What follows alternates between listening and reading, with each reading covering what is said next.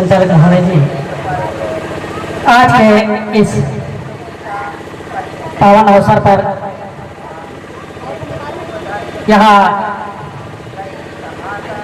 पधारे सभी देशजनों, मातृशक्ति, पितृशक्ति, सभी को मेरा इंडिजिनियस डे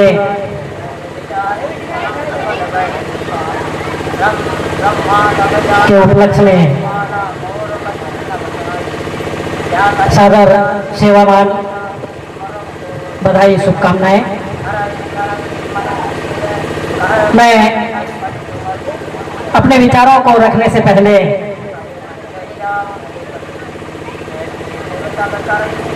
क्योंकि हम प्रकृति और हमारे पुरखों को मानने वाले लोग हैं, तो मैं सबसे पहले उनको हेत करते हुए नाना मुन्ने पेंजिया दाई, पूर्व दाऊ, नलेन दाई, फला पेन, परसा पेन, सजोर पेन, गंगार पेन, माँ वाना सल्ला घाघरा, तुम सेवा सेवा सेवा जोहर, कोयल काड़ा, भंकाड़ा, सिया नाड़ा, मुठवाड़ा, मुराल पेन, अवा लाड़ा, बावा लाड़ा, एना संगो सल्लार तमु आड़ा, तुम सेवा सेवा सेवा जोहर, अनि इदनार गला मंडलाता, खेरो दाई, भीमाल पेन, खिला मुठवा, रोन रच्चा, बिही घोड़ा लंगोट, तुम सेवा सेवा सेवा जोहर, एद जमा परंग दातल बातर बावा सहपाड़ी अवा लाड़ा, बावा लाड़ा, तुम सेवा सेवा सेवा जोहर। इन्हीं शक्तियों को हेत नन करते हुए आज मैं अपनी बातों को रखना चाहूँगा। सगाजन, जैसा कि सभी को पता है, आज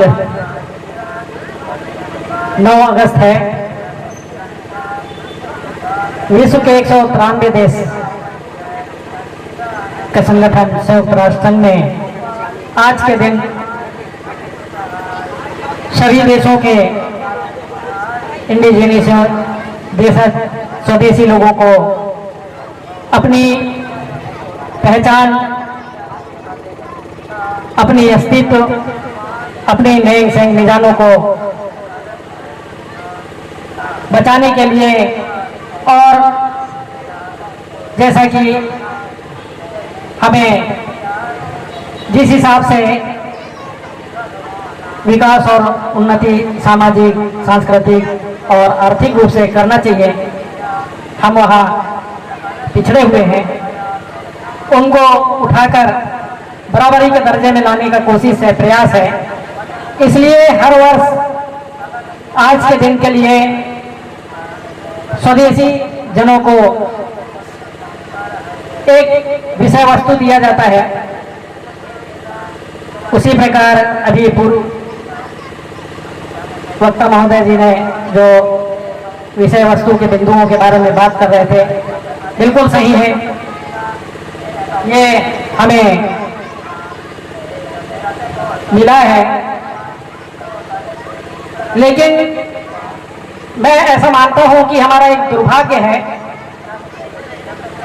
कि हम कभी संयुक्त राष्ट्र संघ के दिए हुए विषय वस्तुओं पे, उनके बिंदुओं पे हमने चर्चा नहीं करते। हमेशा रैली निकालना, नाचना, गाना, कूदना, मनोरंजन करना ही 9 अगस्त को हमारा उद्देश्य समझ लिया है, जबकि संयुक्त राष्ट्र संघ का कहना यह है कि हमें उठाने के लिए जो उन्हें हर साल विषय वस्तु देते हैं, उन बिंदुओं पे हमें चर्चा करनी चाहिए, बातें करनी चाहिए। और हमें चर्चा ही नहीं करना है, सिर्फ आज के दिन हमारे पूरे समाज को, हमारे जितने भी स्वदेशी जन हैं, उनको संदेश के रूप में देना है। उसके बाद पूरे साल भर एक व्यवहार में लाते हुए, दिनचर्या में शामिल करते हुए हम हमारे लिए जो दिया हुआ विषय वस्तु के बिंदु हैं उन पे समाज के बीच में जाना है, चर्चा करना है, तभी हम सफल होंगे और संयुक्त राष्ट्र संघ का एजेंडा सार्थक होगा। आज हमारी ये स्थिति है कि 15 आज जैसे 9 अगस्त है, 9 अगस्त के दिन हम आए, आने के बाद यहाँ जो भी कार्यक्रम हुआ हमने अपनी बातें रखी, जो भी रैली निकली, जो भी हुआ, ये सारे चीज किए। 9 अगस्त का दिन खत्म, फिर हम अगले 9 अगस्त का इंतजार में लग जाते हैं कि अगले 9 अगस्त जब आएगा तो इसी तरह हम फिर कार्यक्रम करेंगे, फिर ऐसे ही हम वक्तव्य देंगे, ऐसे ही रैली निकालेंगे, ढोल धमाके से नाचेंगे, गाएंगे, त्योहार मनाएंगे, मनोरंजन करेंगे और चले रहेंगे। ये कतई हमारा उद्देश्य नहीं होना चाहिए। हमको हमारी व्यवस्थाओं के बारे में, हमारी नैंग सैंग निष्ठाता के बारे में, हमारी तीज त्योहारों के बारे में, हमारे भाषा के बारे में, हमारी संस्कृति के बारे में निरंतर चिंतन मनन करना है, सामाजिक तौर पे बैठना है। उस कार्यक्रम को हमको व्यवस्थित बना के हम हमारे समाज को, हमारे देशाध्यक्ष को, हमारे स्वदेशियत को सार्थक बनाना है। हमें हमारी अस्तित्व और पहचान को बनाए रखना है और ऊपर भी उठाना है। ये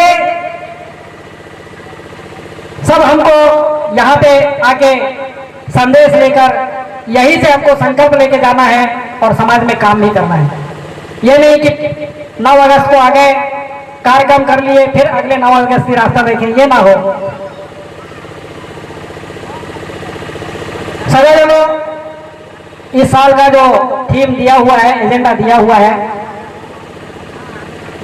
ये हम लोगों के लिए आत्मनिर्णय का अधिकार, खाद्य सुरक्षा और हमारे संप्रभुता का राह मार्ग, ये 3 बिंदु दिए हुए हैं आज के एजेंडे में। इन्हीं एजेंडों के ऊपर हमें चर्चा करनी है। चर्चा करके ऐसा नहीं कि आज चर्चा कर लिए चले गए फिर हम कभी चर्चा ना करें। हमको निरंतर चर्चा करनी होगी, तभी हम हमारे समाज को ऊपर लेकर जा सकते हैं, अन्यथा नहीं। ये 3 बिंदु जो केंद्रित है वो पूरा शिक्षा पर केंद्रित है। आप सभी लोगों को पता है कि हर धर्म, मजहब, रिलीजन, पुणे का अपना अपना शिक्षा केंद्र है। जैसे हम हिंदू भाइयों का देखते हैं, गुरुकुल बना हुआ है, वो उनका सर्वश्रेष्ठ शिक्षा केंद्र है जो संस्कारित करता है। मुसलमान भाइयों के लिए मदरसे बने हुए हैं, उसी प्रकार क्रिश्चियन भाइयों के लिए चर्च बने हुए हैं। ये उनके सामाजिक शिक्षाओं को सशक्त करने के लिए, अनुशासित करने के लिए निरंतर चलते रहते हैं। उसी प्रकार आज हम अब क्या ही कहें, दुर्भाग्य ही कह सकते हैं कि हमारा जो एक सर्व शिक्षा केंद्र गोकुल था उसे नष्ट कर दिया गया। हो सकता है हमारे पुरखों के पास कुछ ऐसी परिस्थितियां आई होंगी या फिर और भी बाह्य कुछ ऐसे शक्तियां आई होंगी कि हमारी जो गोकुल व्यवस्था है उसको खत्म कर दिया गया। अब उसके खत्म होने से हमारी जो सांस्कृतिक, सामाजिक और आर्थिक विकास का एक बहुत बड़ा पिलर था, आधार था, उस आधार को ध्वस्त कर दिया गया। और आज सभी जान रहे हैं, समझ रहे हैं कि हमारी क्या स्थिति है। इसलिए हमें हमारी गोकुली व्यवस्था को, हमारे सर्व शिक्षा केंद्र को, आज का जो एजेंडा है पूरा उसी से संबंधित है, शिक्षा से। अगर हम शिक्षित होंगे, हमारी सामाजिक ज्ञान होगी, हम सैद्धांतिक और शैक्षणिक शिक्षा तो ले रहे हैं लेकिन हम सामाजिक शिक्षा बिल्कुल नहीं ले रहे हैं। सामाजिक शिक्षा लेंगे भी कहां से? उसका जब आधार ही नहीं है हमारे पास, कोई उसका ऐसा जगह नहीं है जहां से हम वो शिक्षा लें, और हम अपने समाज को अनुशासित कर सके, हम विकास कहां से कर पाएंगे?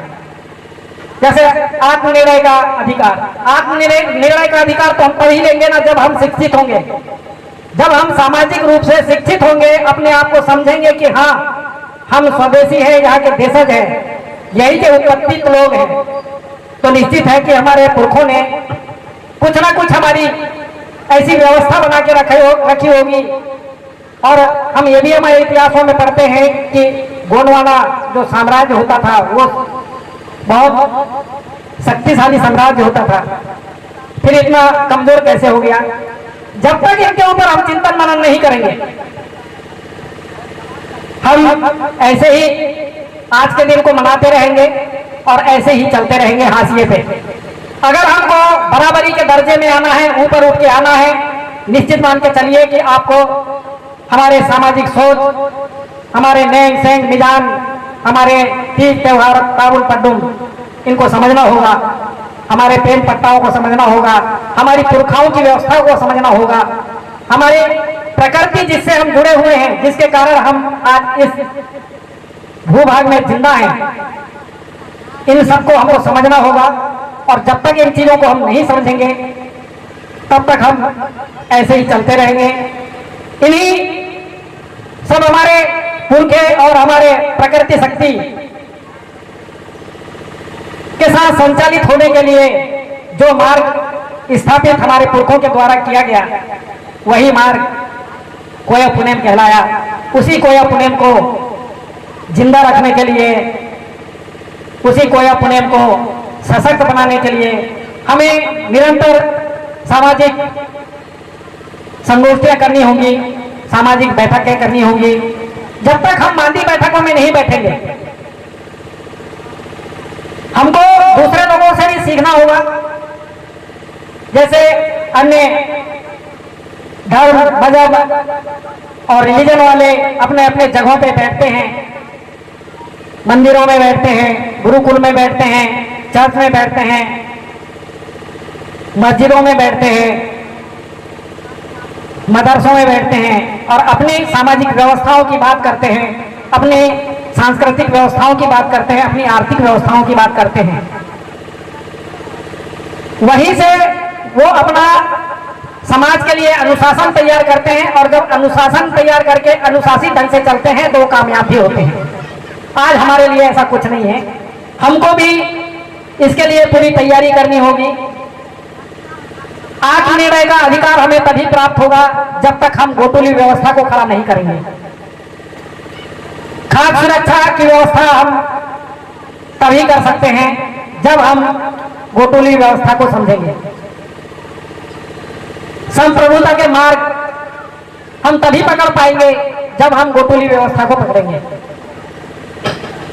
गोटुल कोई ऐसा नया चीज नहीं है और ना ही गोटुल ऐसा ये नहीं है, सब का अपना अपना भाषा है, अपनी संस्कृति है। अगर हम हमारे भाषा और संस्कृतियों में जाएंगे तब हमको गोटुल समझ में आएगा, गोटुल के नियम समझ में आएंगे, कानून समझ में आएंगे और हमारी व्यवस्थाएं समझ में आएंगी। आज हम मात्र कहने भर के स्वदेशी रह गए हैं, गोंड कोयतुर रह गए हैं, अनुसूचित जनजाति वर्ग के रह गए हैं, इंडिजीनियस रह गए हैं। देशाजाद कोई बोलना पसंद नहीं करता अपने आप को, स्वदेशी कोई अपने आप को बोलना पसंद नहीं करता, देशोत्पन्न कोई बोलना पसंद नहीं करता।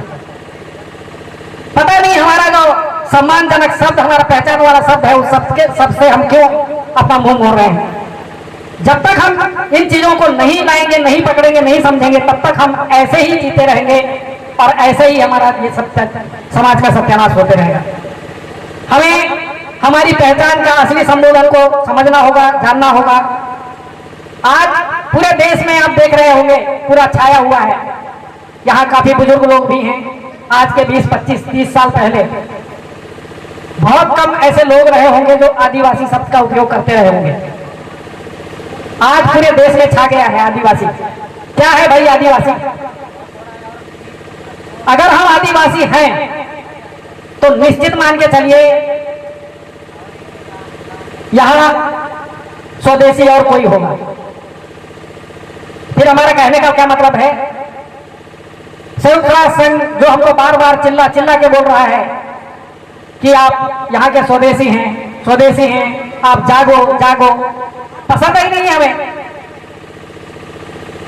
वो हमको स्वदेशी बोलते हैं कि आप स्वदेशी हो, हम बोलते हैं नहीं, हम आदिवासी हैं। कब तक ऐसा करते रहेंगे? जब तक ऐसा करेंगे तब तक हमारी दशा ऐसे ही रहेगी। इसके सुधार के लिए हमें चिंतन मनन की जरूरत है। ऐसे कार्यक्रम हर साल कर लिए, फिर चले गए और खूब जाके ढिंडोरा पीट रहे कि अरे इतनी बड़ी रैली निकली थी, हमने तो ऐसा भव्य कार्यक्रम किया, हमने ऐसा किया, 9 अगस्त के दिन में हमने ये किया वो किया, खूब नाचे गए। कुछ नहीं मिलने वाला इससे। अगर संयुक्त राष्ट्र संघ ने हमको एजेंडा दिया है तो इस एजेंडे के ऊपर काम करना होगा, निरंतर काम करना होगा, तब ही जाके हम सार्थक होंगे और हम हमारे समाज को ऊपर उठा सकते हैं। अन्यथा ऐसे ही नाचते रहेंगे, गाते रहेंगे, कूदते रहेंगे, दिन निकलता रहेगा। तो मेरा सभी हमारे सगाबाड़ी सगाजनों से निवेदन है कि आज के दिन जो मतलब संयुक्त राष्ट्र संघ ने जो एजेंडा दिया, उस एजेंडा के ऊपर हम निरंतर चर्चा करें। गांवों में बैठने के बाद इसके बारे में क्या कर सकते हैं, 3 बिंदु आप रखेंगे। 3 बिंदु जो एजेंडे में दिया हुआ है: आत्मनिर्णय का अधिकार, खाद्य सुरक्षा और संप्रभुता का मार्ग। संप्रभुता का मार्ग क्या होगा? हमें संप्रभुता को कैसे सशक्त करेंगे ताकि उसके मार्ग में हम चल सकें और हमारे समाज को भी अग्रसित कर सकें। खाद्य सुरक्षा हम कैसे कर सकते हैं? हमारे पुरखों ने बहुत बढ़िया व्यवस्था बनाया था खाद्य सुरक्षा। उसके लिए गांव-गांव में एक गल्ला बैंक बनाया था। उस गल्ला बैंक को विनिमय के माध्यम से चलाते थे और उसकी सुरक्षा करते थे। आज कहाँ है?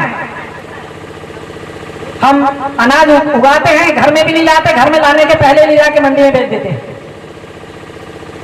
क्योंकि हमारे पास सुरक्षा के कोई ऐसे उपाय ही नहीं है। खाद्य की सुरक्षा इसलिए भी जरूरी है। आज हमारे देश में हम देखते हैं ऐसे भी आदमी हैं जो एक टाइम के खाने के लिए संघर्ष करता है, और ऐसे भी आदमी हैं जिसको पता भी नहीं है कि उसके घर में कितना धन संपत्ति है। तो हमें यह जिम्मेदारी को भी समझना चाहिए कि अगर जिसके पास खाना नहीं है, तो उसको भी हम खाना खिलाएं, उसके लिए भी हम व्यवस्था बनाएं। हम तब बनाएंगे जब हम हमारी संप्रभुता के मार्ग को सशक्त करेंगे। जब तक हमारी संप्रभुता का मार्ग सशक्त नहीं होगा, हम खाद्य की सुरक्षा नहीं कर सकते, हमारी समाज की सुरक्षा नहीं कर सकते, हम उन्नति नहीं कर सकते।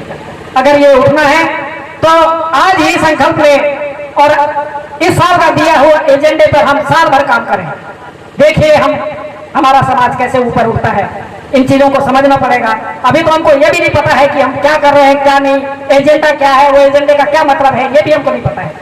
जब हम बैठेंगे आपस में तब पता चलेगा ना कि हमारे समाज के लिए ये कितनी व्यवस्था की बात है, कितनी सशक्तता की बात है, कितना विकास की बात है। तो आज मैं सभी सगाजनों से मेरा अनुरोध है, आज ही हम संकल्प लें कि आज के बाद हम निरंतर साल भर जो एजेंडा इस साल के लिए दिया गया है इसमें काम करें। क्यों भाई, तैयार हैं? अगर हमारे साथ इस चीज को जानने समझने के लिए तैयार होंगे, हम निश्चित ही आप लोगों के साथ बैठेंगे, ये तीनों बिंदुओं के बाद बारे में गहराई से चिंतन मनन करेंगे, हमारे समाज के उत्थान के लिए काम करेंगे। बस इतना ही कह के मैं अपने विचारों को विराम देता हूँ। सेवा सेवा सेवा। बहुत बहुत धन्यवाद सम्मानीय सीताराम जी। अभी जिंदगी का असली उड़ान बाकी है, अभी जिंदगी का असली उड़ान बाकी है, कोई अपने के इम्तिहान बाकी है। इस गोंडवाना का नापी है मुट्ठी भर जमी हमने, अभी तो सारा आसमान बाकी है, अभी तो सारा आसमान बाकी है। मेरे साथियों, आप लोग सुनने वाले लोग सुन रहे हैं, बाकी लोग निकल गए। चूंकि हमको गहन चिंतन करने की आवश्यकता है।